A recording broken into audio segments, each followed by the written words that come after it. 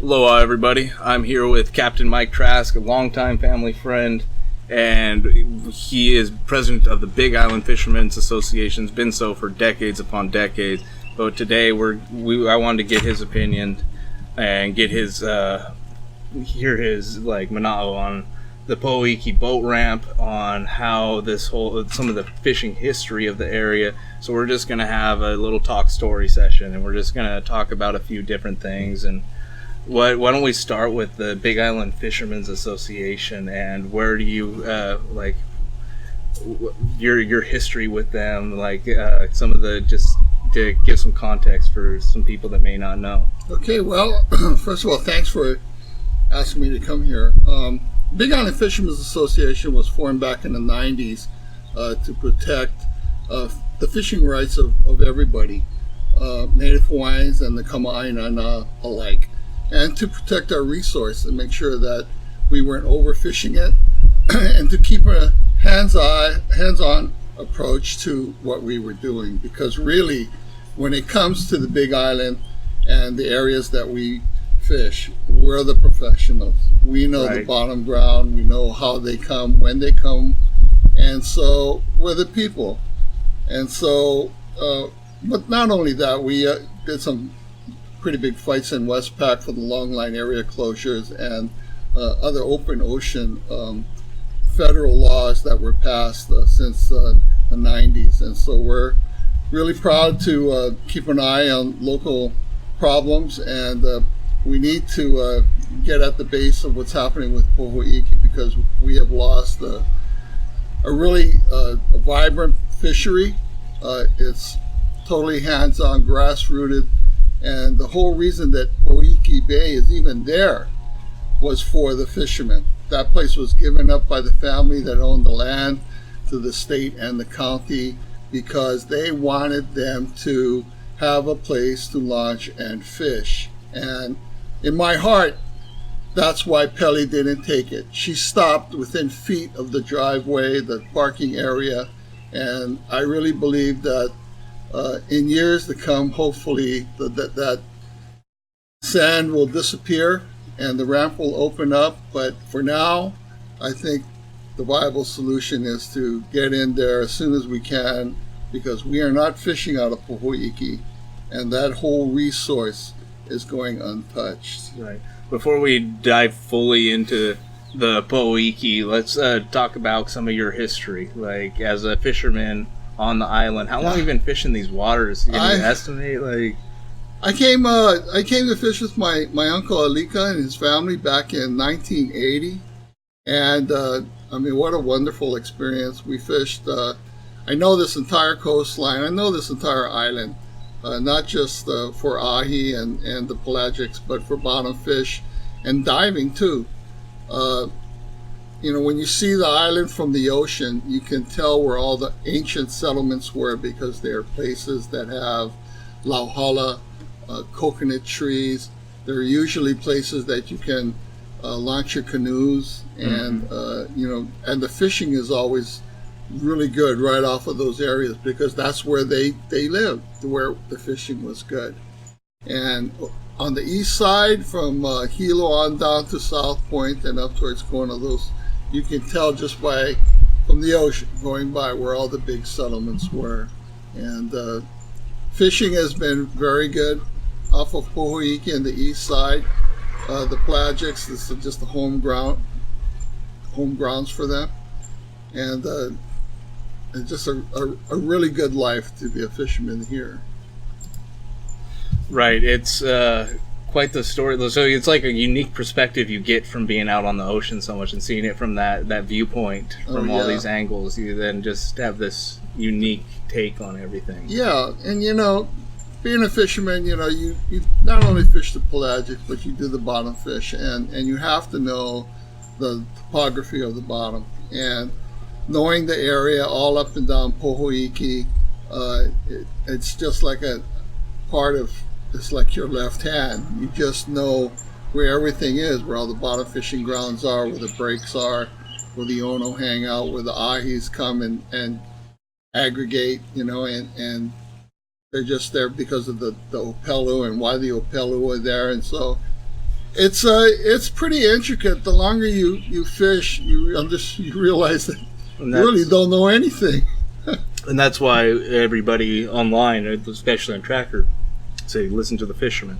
Listen to the fisherman. Yeah. Because that type of knowledge of the underwater topography and everything is hard to come by. Yeah, and you know, when storms come in, you know where they're going to hit, what's going to happen in that area. You know how the prevailing swell comes in and how it plays, and when there are storms in the south and you get a south swell, you know how that's going to play. And so when you talk about ramps like that, you have to understand the elements, especially the weather, where the swell is coming from, and from far away too. You know, when you have hurricanes that are coming in from thousands of miles away, the surf is going to hit you first, and you'll have to know how it's going to hit you so that you can prepare.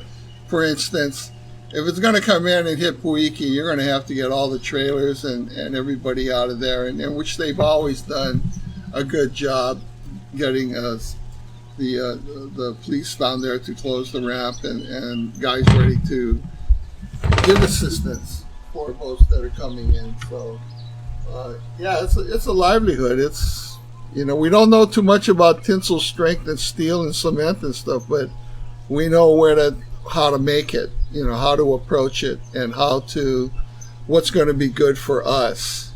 Right. And I think that's the main thing with this. It always has been. Specifically with the new discussions of the Pohoiki Boat Ramp, the Malama Flats option the DLNR has proposed. Absolutely. You know, for the layman, I mean, the DLNR, they're really good with dispersing money and their ideas. Some of them are really good. They have some of the best engineers, but when it comes to actually knowing an area, you know, we're the professionals there. And I think that when the choice is made to put a ramp somewhere, I think the fishermen are the ones that should decide.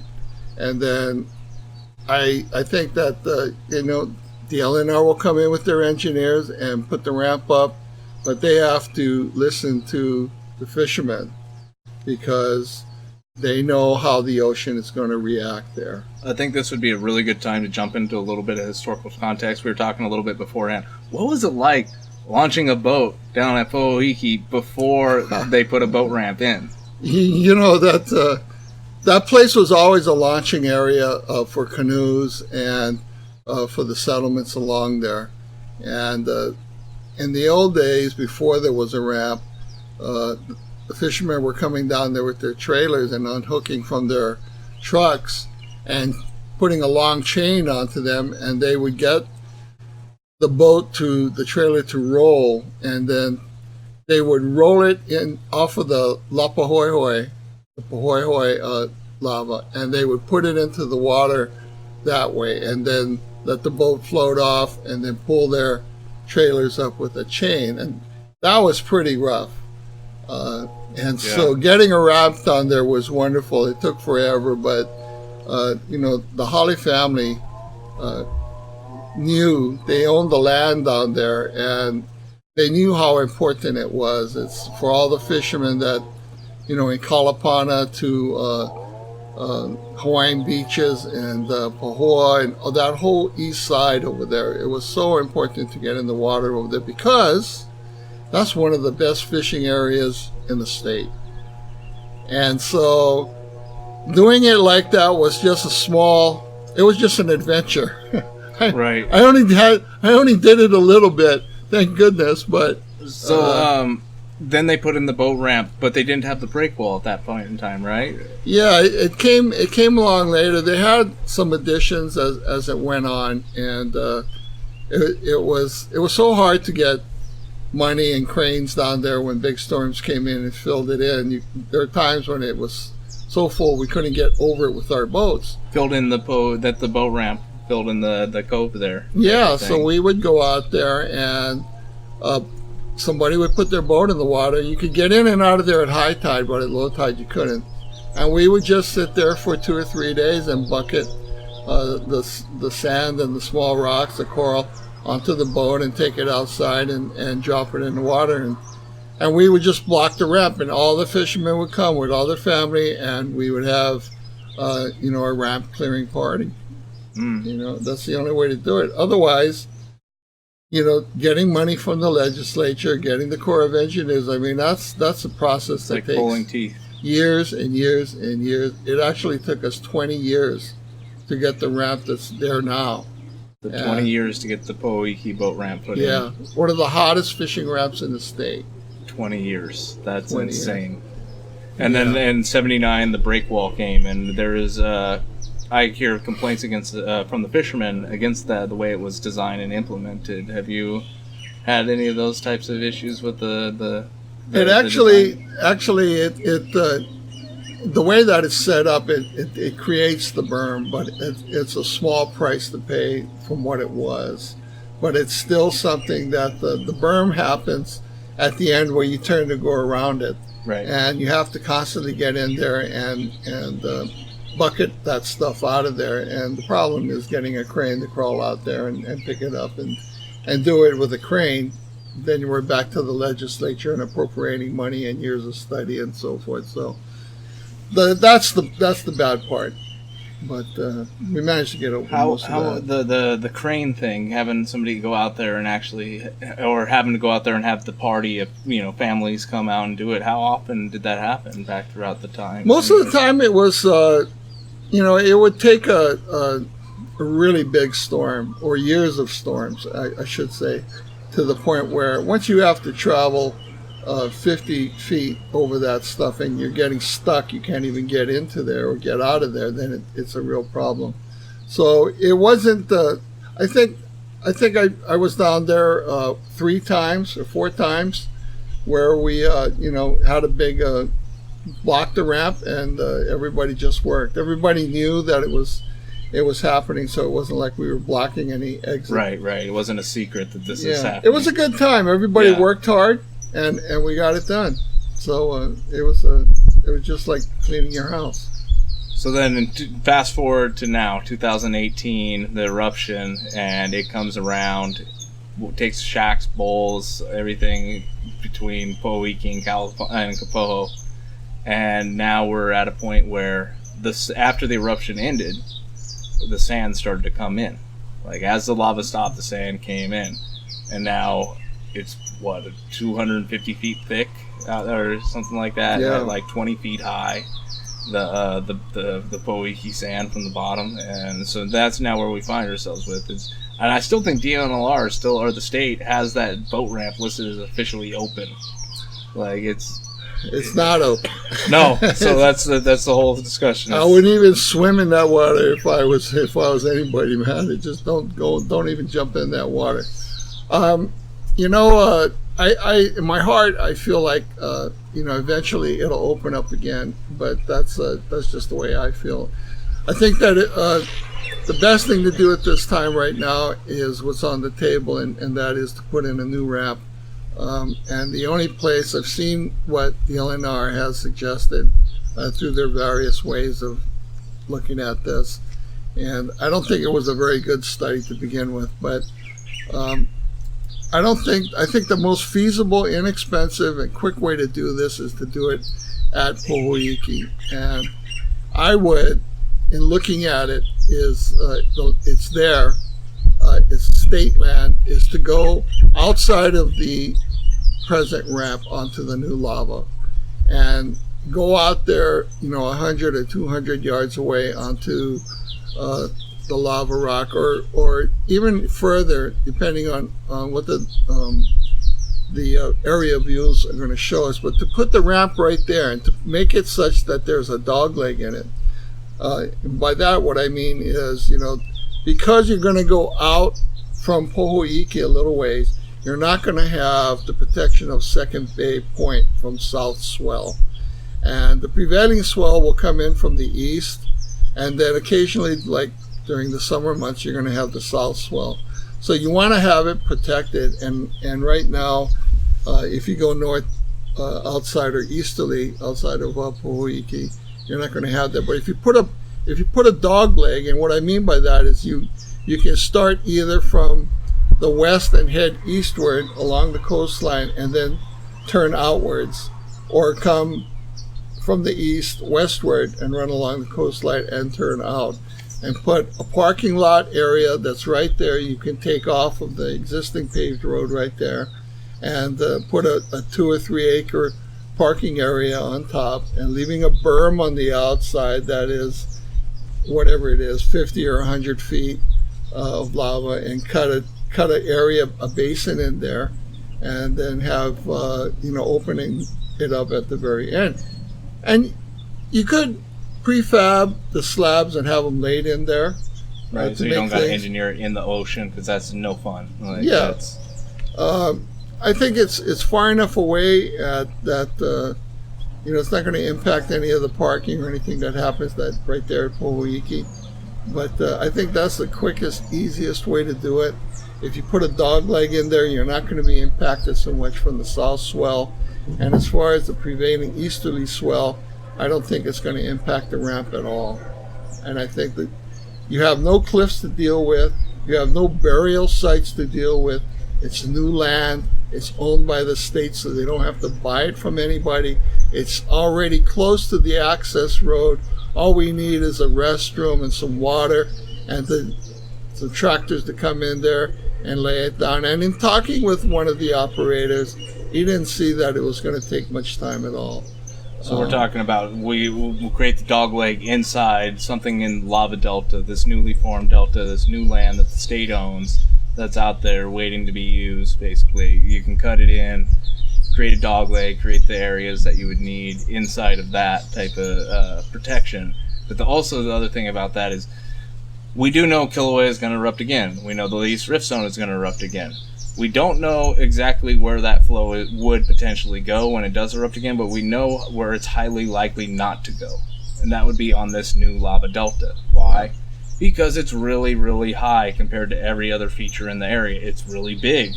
It has enough area that you just don't have to overcome it a little bit. It's a prolonged, big protection area with a buffer.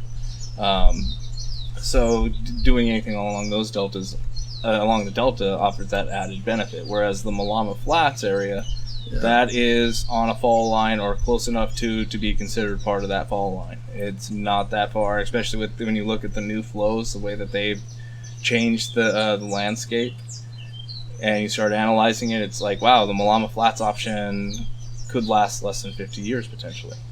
Not only that, but it's Malama Flats. As you go south from Pohoiki, it gets very deep very quickly.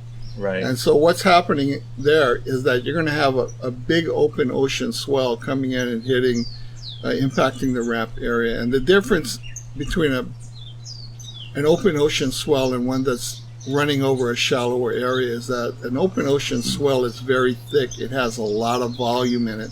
So when it comes in with a lot of power. And it's just, to me, all those other places like Kihana and Kalapana is just too far. It's just too close. It's just right below the most active area.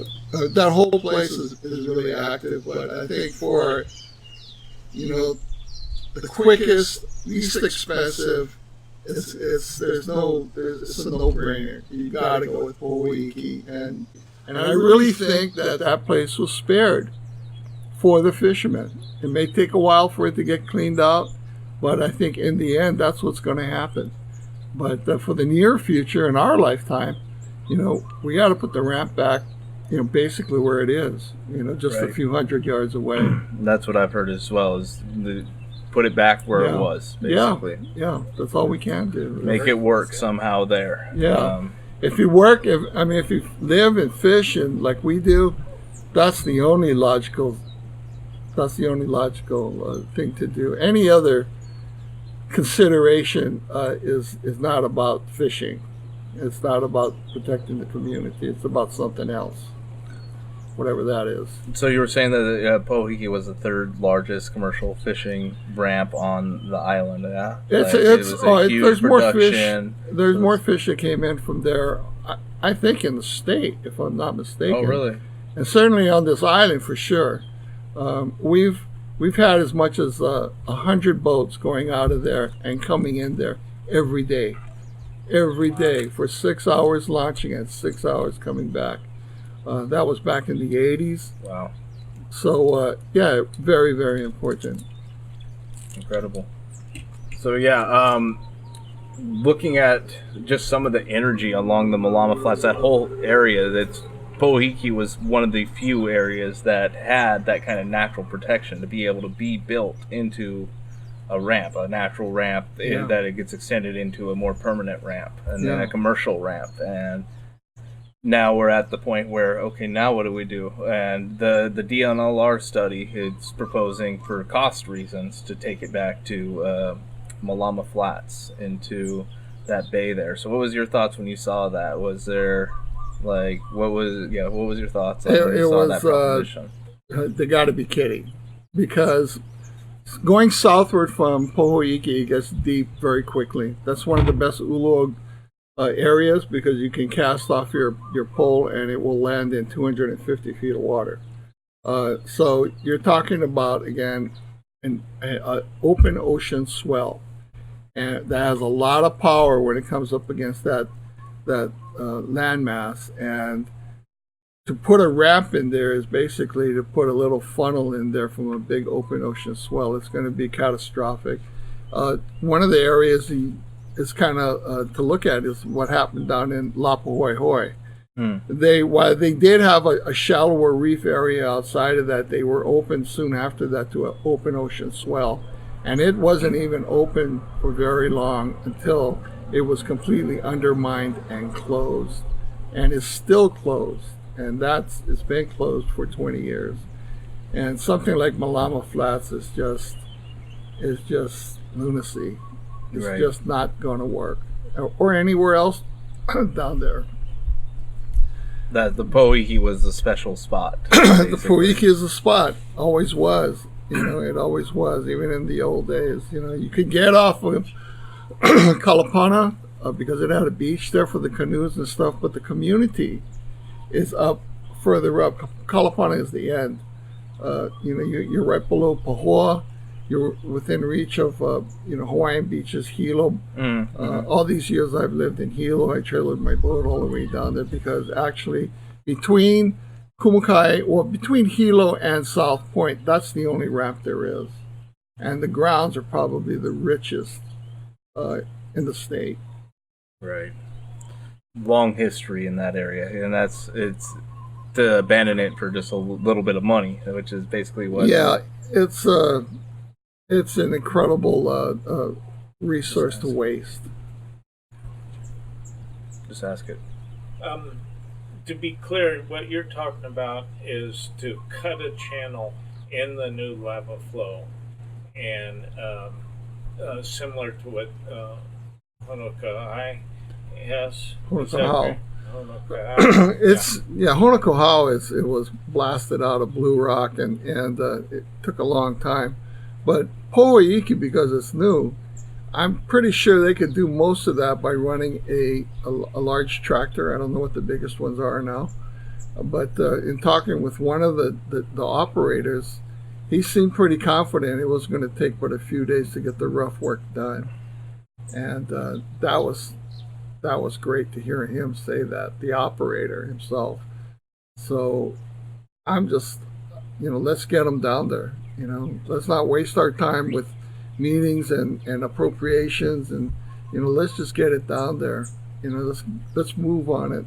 Because there's a lot of people that depend on this fishing as a livelihood, and they're out of the water. I've talked to numerous fishermen, and they're out of the water.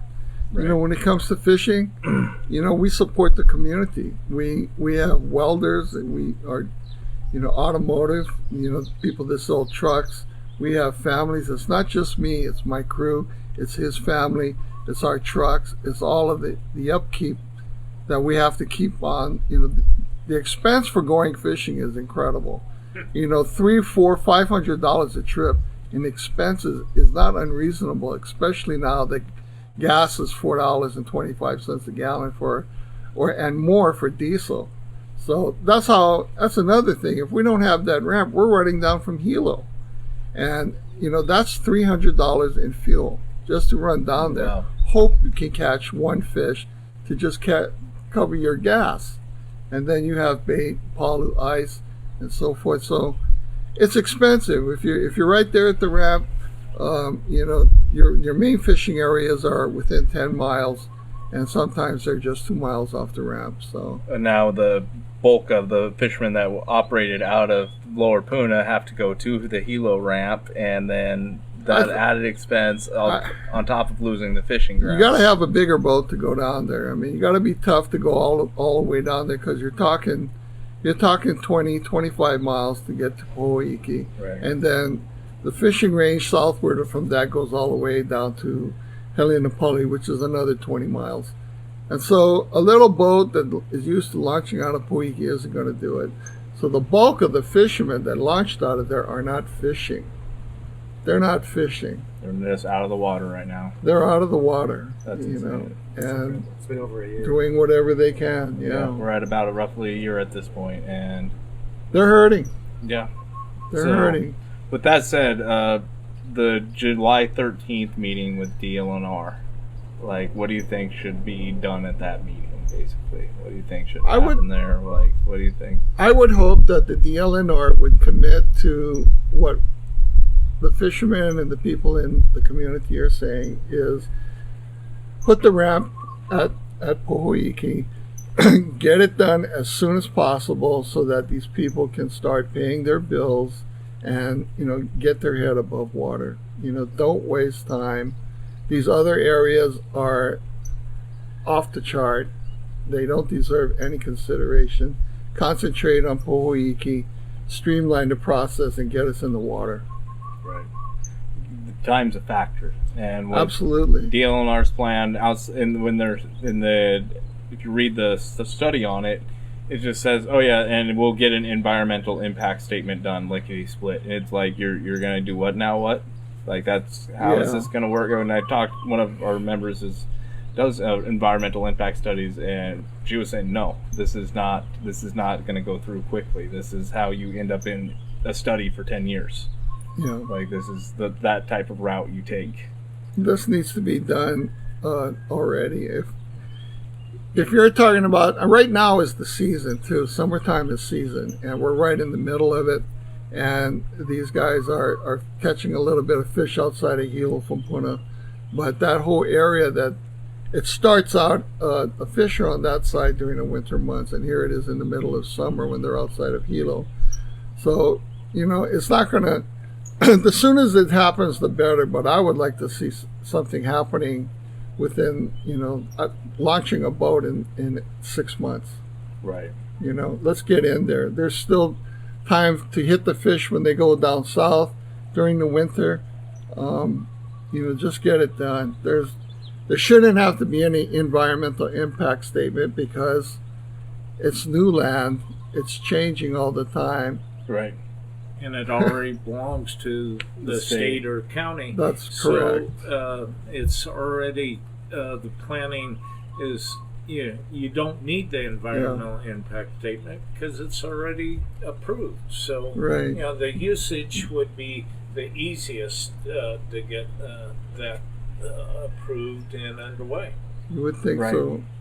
I would like to see the tractors move when they finish that road, to move right across the street and get right out there and plow it, dig it out. Yeah, I know they're starting. The plan is for Pohoiki Road to go back in, so it's only logical then. It's like, okay, we're putting it back in Pohoiki Road. Why are we, if Malama Flats is the spot, why is there not a Malama Flats Road going? What do you want you guys come down Pohoiki? You just put speed bumps in it. Yeah. Like, you want to go down the highway all the way around? Like, what do you want? So, like, I'm confused on how this is a spot. We're putting in the road back into Pohoiki. We've already paid that bill. Yeah. Like, water at that point, yes, wells need to be done or something like that, but still, it's serviceable. Like, Hopefully there'll be common sense will prevail, and we'll get this thing done. very much so. You know, please, it's tough not fishing, having any income. Let's get it done soon.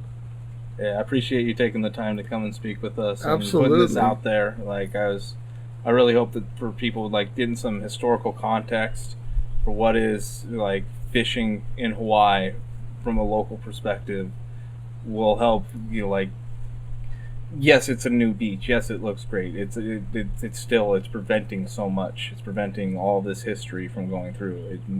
There needs to be a solution, and it's important now with the July 13th meeting on the horizon with the DLNR to get this type of message out there now before this preliminary assessment is released or is presented to the public in a community meeting. Because if there's so much pushback then and there, that's when the county needs, that's when the state is actually able to receive it. If it's at all, it's early. They haven't spent that much. They spent what, $40,000 on the study. They're not in deep on this thing. They can easily throw that out and move on to a Pohoiki option. It's not committed at this point.